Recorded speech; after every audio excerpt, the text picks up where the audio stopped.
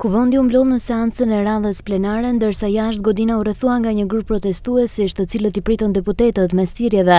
Parlamenti i Krimit, opozitë e shitur, Rama në burg, Berisha në burg. Brenda sallës palët u përfshin në debat, por për protestat, të cilat sot futen në ditën e 31 që zhvillohen poshtë zyrës së kryeministrit Edi Rama. Ky i fundit mungoi në seancë, ndërsa PD kishte kërkuar një interpelancë për protestat, e cila u rrezua me 75 votat kundër të PS-s dhe 23 pro. Në arsyetimin e tij para kuvendit, Bardhi tha se Peleshi po mbron kryeministrin nga llogaridhënia, ndërsa vjoi me akuzat ndaj këtij të fundit. Dhe ju, zoti kryetar, sot nuk dështuat vetëm në përmbushjen e rolit tuaj. Sot ju nuk po mbroni kushtetutën, ju po mbroni kryeministrin nga llogaridhënia. Dhe detyra juaj është të mbroni dinjitetin e kuvendit dhe të garantoni të drejtat kushtetuese të këtij parlamenti për t'i kërkuar llogari qeverisë. Por ju sot zgjodhët të mbronit kryeministrin dhe jo parlamentarizmin. Megjithatë, unë e di pse Edi Rama nuk erdhi edhe sot në seancë plenare. Sado manipulator, Edi Rama e di se nuk mund të flasë në publik për krimet e tij shtetërore. Ai është peng i tyre dhe unë besoj se Edi Rama e ka menduar realisht dorëheqjen, atë që u tha ju në mbledhje grupi. Por nuk mund ta jap dorëheqjen, sepse nuk është më një njeri i lirë.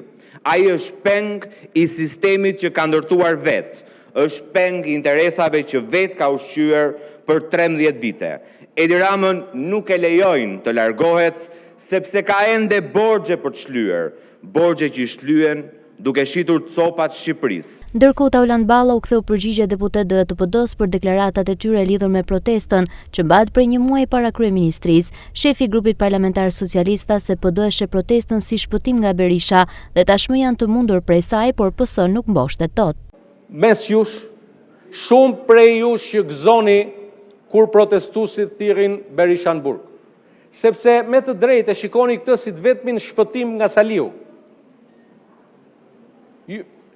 Ka këtu mes ju që doni të shpëtoni nga Saliu, këtë e di unë, u bëm kohë bashkë. Edhe shkoni aty në protestë me shpresën që ne se heqim dot Saliun, po do Zoti na e heq protesta Saliun. Ndoshta u heq protesta Saliun, por një gjë protesta ja arriti. Ju protesta ju mundi, ne protesta nuk na mundot. Partinë Socialiste të Shqipërisë nuk e mundot askush.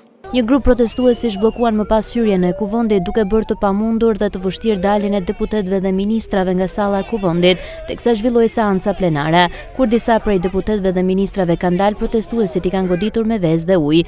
Ndërkohë, mes tyre dhe policisë ka pasur disa herë përplasje dhe shtyrje fizike, dhe në fund janë kërkuar përforcime ku kanë bërritur forcat e ndërhyrjes së shpejtë për të hapur rrugën dhe për të krijuar një kordon sigurie.